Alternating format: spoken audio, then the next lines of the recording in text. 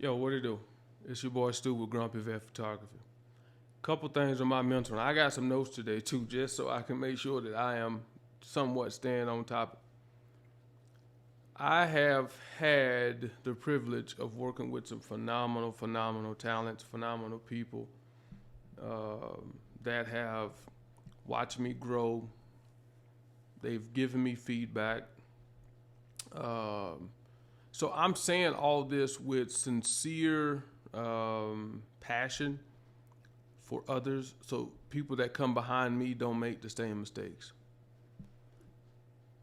I had a shoot with a beautiful young lady the other day. She hit me up and said, "Hey, I'm looking for a way to expand my portfolio," and I said, "Bet, book it."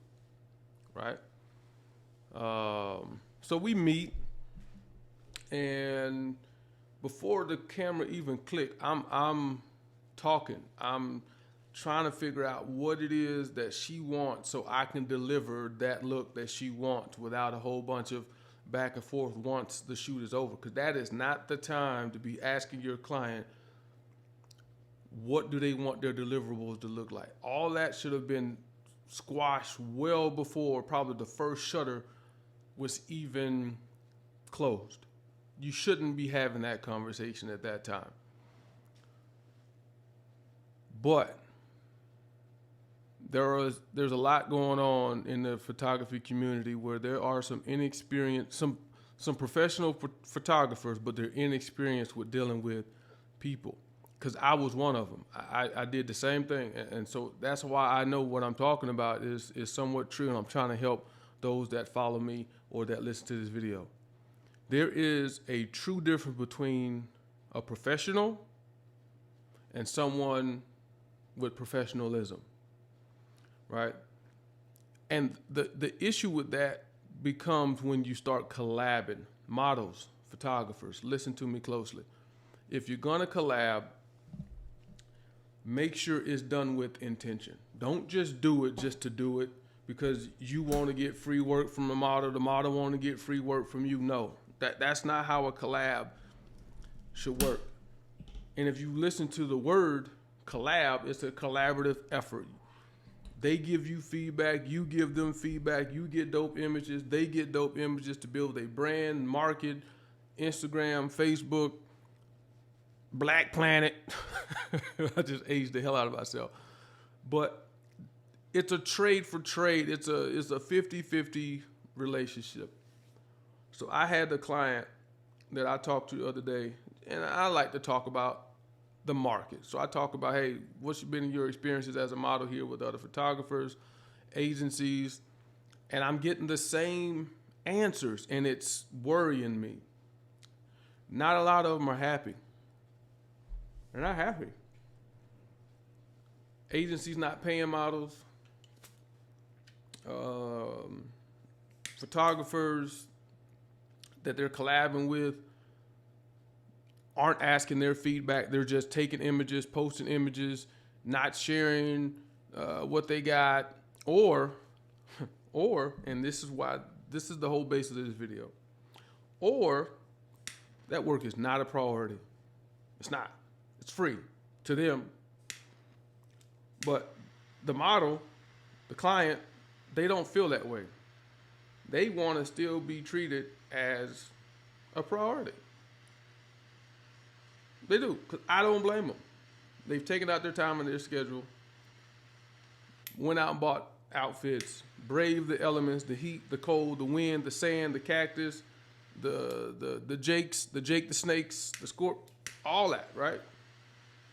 So it's free because no money has been exchanged, but time is invaluable. You cannot replace that. Better yet, the experience that they're going to share that they had with you, that's where you could get caught up.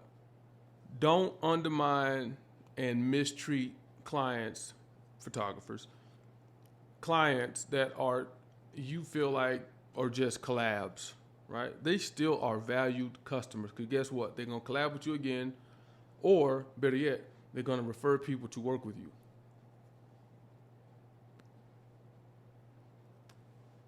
But guess what they're not going to do?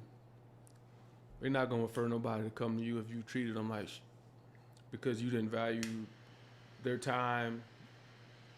You put in other people's work that you did weeks after you did their shoot first, posting the results, and the client that's waiting on that stuff is still just waiting. That's not cool at all, man. That's garbage. It is. It truly is. But I had to tell this young lady, you kind of put yourself in that situation when you decided to collab. Why do I say that?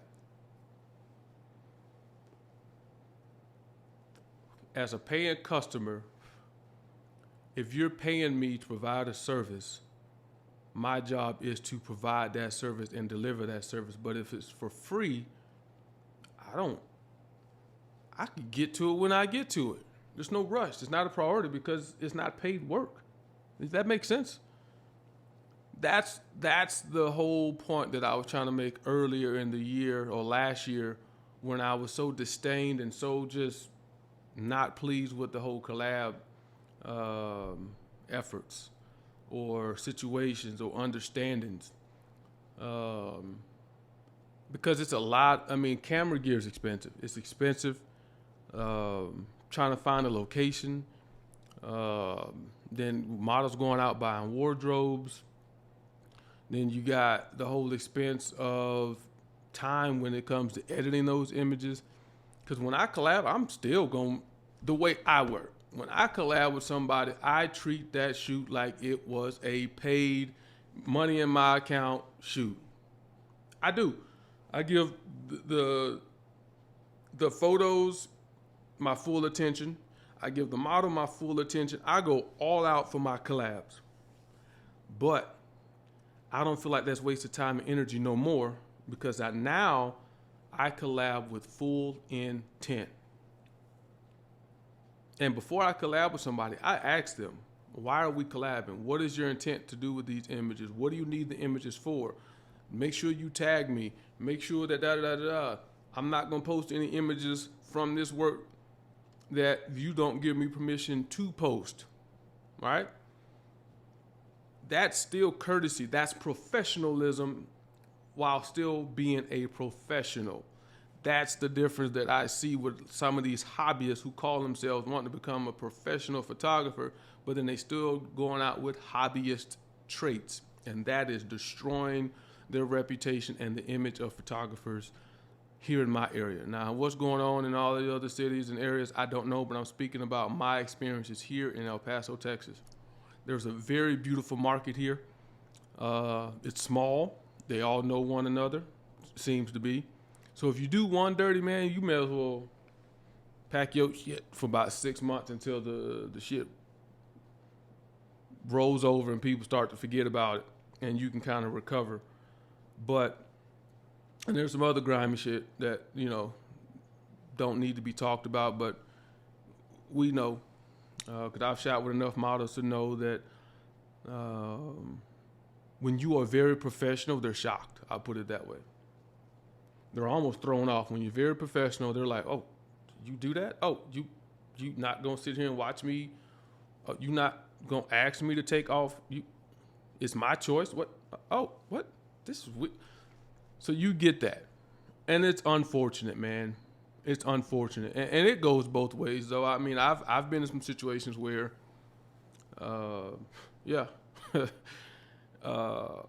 it was very well communicated, the intents, right? But as a professional, you have to know that those type of people are out there, and you need to know how to handle them. You need to know how to handle yourself, more importantly. This is not, unless you're going out shooting landscape, animals, inanimate objects, product photography. When you're dealing human to human, there are some human hormones and there's some human emotions and feelings, especially in the line of work that I do, where you're talking about boudoir shoots, you're talking up close and personal, you're talking, then I set a vibe too. I mean, I put music on to make sure the models are feeling good and confident and beautiful and all those other adjectives that you would use to describe the vibe that I set. And I know that comes with risk, but I'm ready for it, and I know how to handle it, and I know how to handle myself. And I think a lot of times that is what's costing some of us as creators and photographers, is that there are some out here who are ruining it, and they're taking full advantage of the situation that they're put in, right? Not every photographer with a camera is a professional photographer. They just a guy or a gal with a camera that wants to maybe pursue the profession of being a professional photographer, but not everybody's there yet because they got some expensive gear.